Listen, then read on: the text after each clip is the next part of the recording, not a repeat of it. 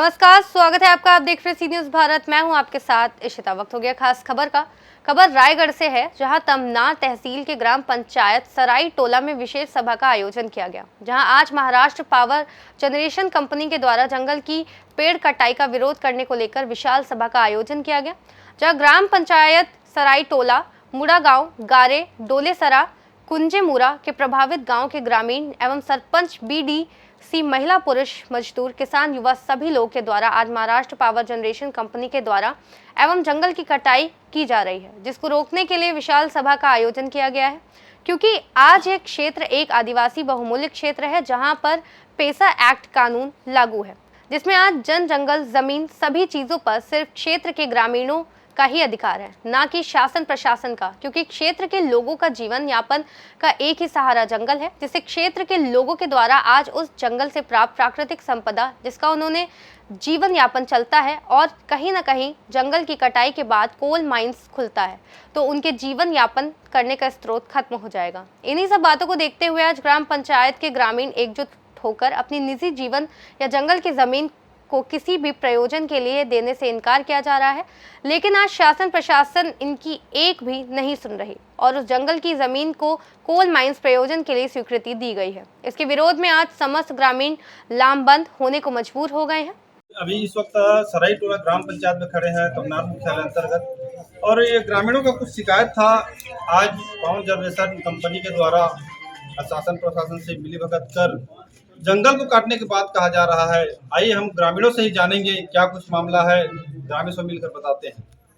Maharashtra जेंको company है ना, ये मुड़ा गांव में हमारा जो जंगल है, जिसमें बेजा कब्जा के रूप में उनको पट्टा मिला है। पट्टा मिलने के बावजूद भी उसको बिना सूचना दिए हुए वो जंगल को उजाड़ रहा है, कंपनी कटवा रही है और फॉरेस्ट लोग काट रहे हैं।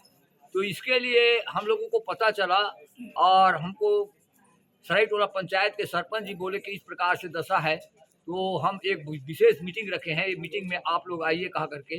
तो हम तो सामाजिक कार्य करते हैं, सब दिन सेवा करते करते आ रहे हैं आदमियों का, तो वो सेवा को ले करके हम लोग यहाँ आए और यहाँ पर हम लोग पूरा सुने तो हम लोग को बड़ा दुख भी लगा। और इस प्रकार से जो हमारा गतिविधि यहाँ जो कंपनियों के या सरकार के माध्यम से हो रहा है, ये बहुत गलत हो रही है।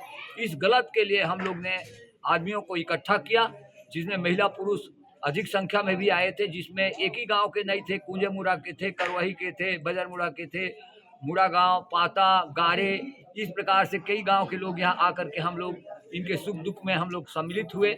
और ऐसा तो दुख बताओगे तो हर गांव में हम लोगों को नहीं बता सकता कौन नियम इनको देता है, कौन इनको भू अर्जन करता है, कौन इनको नियम दिया है। सूचना नहीं आएगा गाँव में तो हम लोगों को क्या पता। गाँव में सूचना आती कि भाई फलाना के माध्यम से इसको कटाई किया जा रहा है, कि ये हो रहा है कहा करके।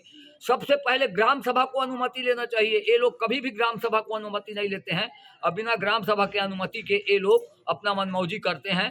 इसमें SDM साहब मिला रहता है। जेंको कंपनी के द्वारा यहाँ का जंगल में अवैध कटिंग के लिए यहाँ आदेश जारी किया गया है SDM कार्यालय से और डेपो मैडम फॉरेस्ट विभाग से। ये घोर अन्याय गलत है, क्योंकि इसमें पर्यावरण स्वीकृति जो है उसमें जो हम NGT में केस किए हैं, तो NGT तो उसको खारिज कर दिया था।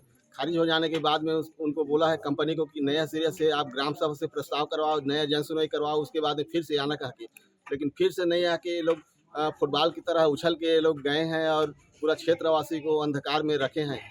इसके खिलाफ में हम लोग आज हमारे गांव में, हमारे पंचायत में आज जिनको महाराष्ट्र लिमिटेड जो हमारे जंगल को कटिंग करा रहा है, ना कि हमारे पंचायत में सूचना देना चाहिए। पहले सूचना भी नहीं दिया है और कोई जिम्मेदार अधिकारी जो वन विभाग के हैं वो भी हम लोग को सूचना दिए नहीं है।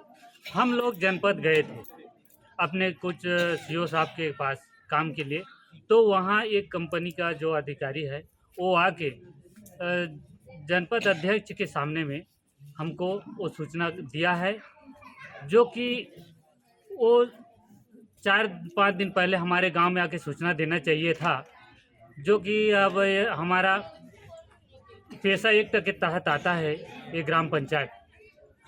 तो हम लोग को पहले सूचना देके ग्राम सभा करा के प्रस्ताव पारित करके हमको अवगत कराना था, वो नहीं किया।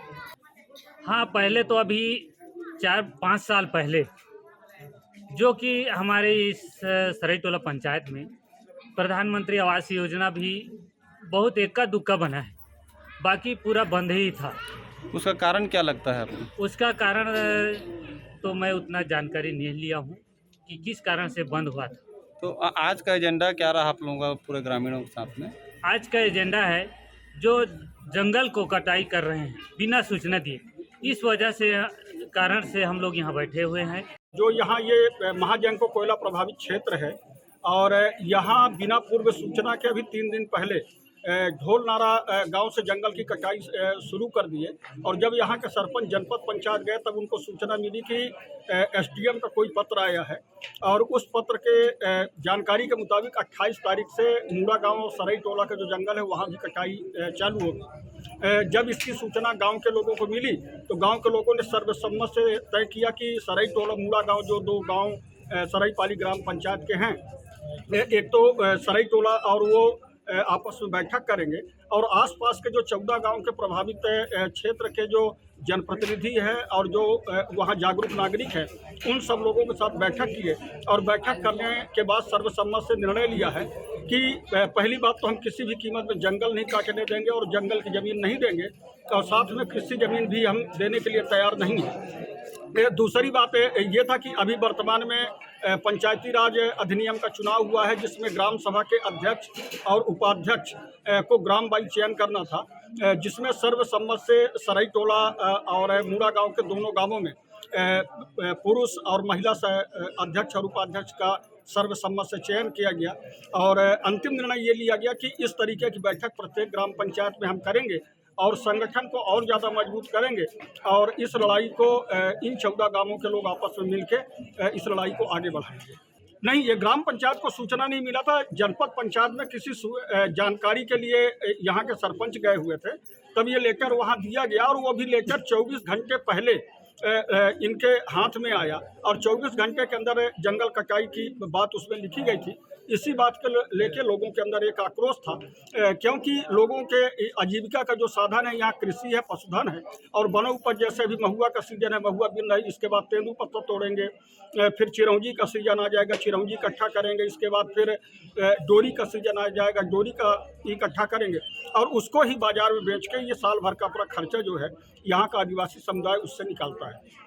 मैं राजेश त्रिपाठी, जन चेतना रायगढ़, एक सामाजिक कार्यकर्ता के रूप में विगत 20 सालों से इस क्षेत्र में लोगों के साथ मिलकर काम कर रहा हूँ।